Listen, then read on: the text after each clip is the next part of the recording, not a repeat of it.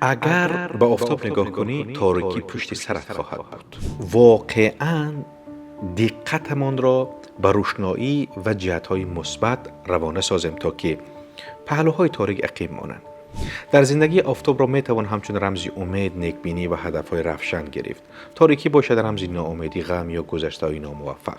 وقتی که شما به سوی هدفهای رفشن و فکرهای نیک می نگرید، یعنی دقتتان را به آنها روانه می سازید، مشکلی‌ها و خاطره‌های ناخوش تدریجاً قفا می مانند و اهمیتشان کم می شود. مثلا اگر صاحبکار پس از ناکامی تنها به جنبه‌های منفی فکر کند، به تاریکی نگاه کند، راه افتاده می شود. ولی اگر توجهش را به امکانات‌های نوی آینده و آفتاب دقت دهد، انگیزه تازه میگیرد. همینطور هر کدام ما می توانیم انتخاب کنیم که به آفتاب زندگی نگریم، به امید، فرصت‌ها و چیزهای مثبت.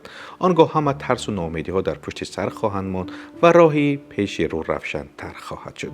با خیرت بمانید تا بهترین ها رو بشنوید.